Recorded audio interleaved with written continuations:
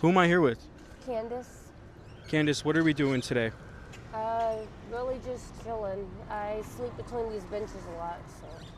And you've been out here for how long now? I've been homeless for 4 years, out here in Austin for about 2 months. 2 months out here on the street. Yes, in Austin. What has been your experience with the community? Um, there, there's some places that are good for homeless people. Some churches that feed. Some places I can go shower, get a change of clothes, help in like my ID and everything I need. Where are you on the path of getting your identification? Uh, it's in the mail right now. I have my temporary, but in about 2 weeks, my ID's coming in. Candace, you're 22, 21? 21. You're 21. Why aren't you in a homeless women's shelter? I don't feel comfortable in shelters because back out in Fort Worth, I had a lot of problems in shelters. They weren't mindful with my autism needs. I'm allergic to bed bugs, and a lot of shelters have bed bugs. There's male staff at shelters that are not suitable to work there with women. And because the general population doesn't understand why people don't go into shelters, because oftentimes shelters can be worse than being out here. Yes. Is that the case? Yes. Have you ever had any experience being in a shelter? Yeah, in Fort Worth mainly, and then I was in a shelter in Wichita Falls. Gotcha. And that was just more toxic and more life-threatening? Yes. They don't, even though the one in Wichita Falls did search your bags, they don't search your person. So people would sneak knives in, guns. They would sneak in different types of weapons, mace. Some people snuck in tasers. Why did you become homeless at the age of 18, Candace? Aged out of CPS. When I aged out of CPS, they just dropped me off in Fort Worth. Didn't give me my ID or nothing, and just told me have a good life. Wow. So the government system that took you at what age? 6. 6 years old, without any sort of resource, just dropped you out on the street. Yeah. Cold turkey. Mhm. They didn't give you any sort of connection, job, or any sort of resources? No, it was on my 18th birthday. Once you turn 18 in the system, you're not their problem no more. Wow. And you've been there for 12 years. Yeah. What was the experience living with CPS? Not good. There's abusive foster homes, neglectful homes, just really abusive. Sometimes you're in group homes, residential treatment centers with like 30 other kids. If they can't find you a place to go, sometimes they'll make up a lie and send you to the mental hospital. That doesn't make sense to me. How could they do that? If they don't have anywhere to place you, they don't want to just place you on the street, or sometimes they'll have to place you put down a mat in the CPS office and let you sleep there, but they'd rather not do that, so they would make up a lie, say you tried to hurt yourself, or you're bad on, like you're not safe to yourself or others, and they'll drop you off at the mental hospital till they find you a place to go. And they couldn't get someone to adopt you? I was adopted when I was about 16, but circumstances happened and they turned me back in, put me back up for adoption. And that was because of the way you were behaving, or what did that look like? I was a runaway. I snuck out a lot. I smoking, sometimes drinking. Just wasn't paying attention. didn't really care about the rules. Uh, Sometimes they'd come to pick me up from school, wasn't there because I didn't go to school that day, even though they dropped me off at school. Candace, have you ever had good leadership in your life? Um, my uncle. I just said you. I know. And and has, like, when you were growing up, I mean, when Yeah, when my uncle. when so your uncle was there when CPS wasn't, Yes. but you were still under CPS's. Roof, basically. I was in their care.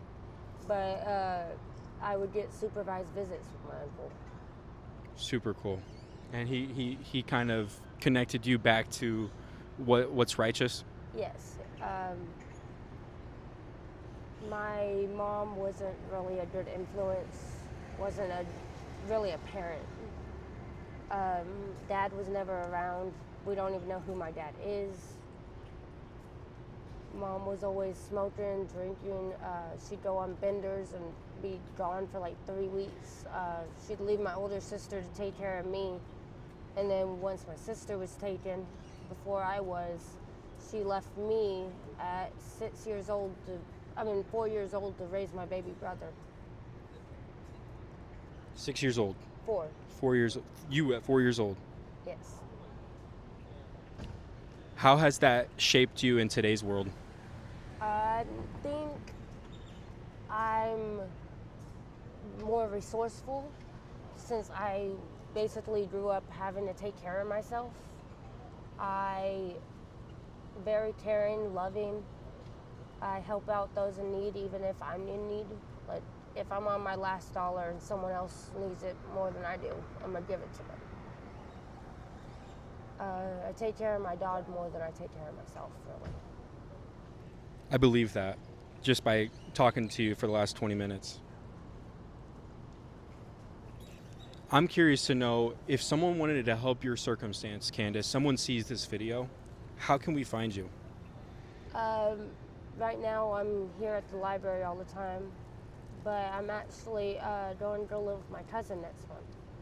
Awesome. And they're going to give you an opportunity to leverage yourself out of this situation? Yes, I'm going to be living in his apartment with him and his girlfriend.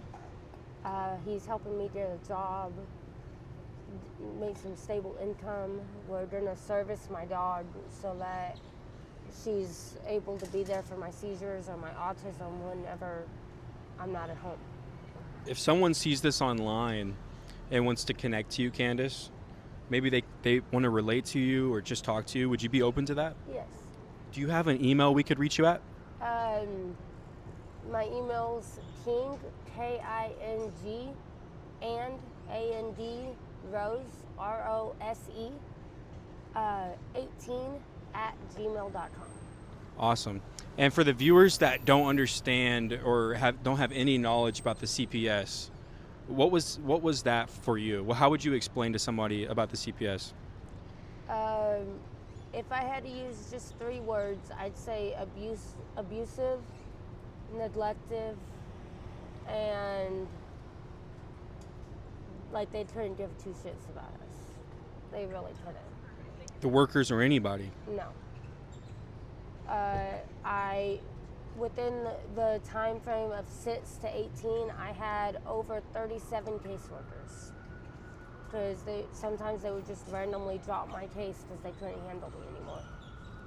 So everybody in your life gave up on you except your uncle? Yeah, my uncle and my cousin. If they see this, what's your message to them? Thank you for being there for me. I really don't know if I could have made it in this life without y'all. And if your mother sees this, what would be your message to her? I really hope you get your act together. If not for me, and not for my siblings, not even for my nieces and nephews and kids, at least for yourself. I want what's best for you, even though you never wanted what's best for me. Wow. What a powerful character you've became. And honestly, I don't know if I would have been this good of a person if the circumstances that raised me had not happened. If I was never taken into CPS, I don't know if I would be as good of a person as I am today. I feel like if I would not have been taken away, I would have become just like my mom, and that's a scary thought. So you broke the cycle. the cycle, the generational curse by tremendous suffering. Yes. And honestly, even though it was a bad life, a bad childhood, I'm grateful that I got to experience it.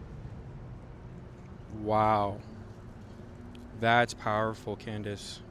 I had no idea what power you had, because the last 2 months I have never seen you out here. And you said that you've seen me? Yes. But I've seen you from afar. Sometimes you'll ride past me. you've been completely invisible to me. It's very interesting. That is typically never the case. It's one of my superpowers. If I don't want to be seen, I'm not seen. Wow. And then maybe today was the time you wanted to be seen. Yeah. Sometimes even if I'm right in front of your face, I don't really turn invisible, but it's like I keep my head down. I don't make eye contact with anybody, so no one realizes I'm really there. Guys, I've been coming to this library for a few months now since I started this channel, and I usually, see everybody and recognize everybody. But Candace, I've never seen you, and you're telling me that you're kind of like a chameleon out here when you want to be. Yes. And I believe it, because I never pass people up. I talk to everybody. I literally sleep right here, in between these two benches with my dog. Wow. I hope you know that it's a real justice and an honor being able to talk to you and interview you. Thank you. And we're going to honor this message that you have and your story.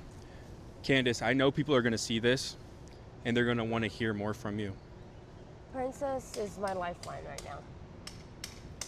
Princess is your lifeline? Yeah. Princess, you sleeping, baby? Would you be okay with doing follow-up interviews? Yeah, I don't mind. As we see you succeed through life and excel? Yeah. The only thing is I'm leaving town in 2 months. So, not 2 months, next month. Where are you headed out to? Decatur. Where's that at? Georgia? No, Decatur, Texas. Oh, so you're not out of Really town. small Gotcha. I'm out of town, not out of state. Gotcha. Oh, fair enough.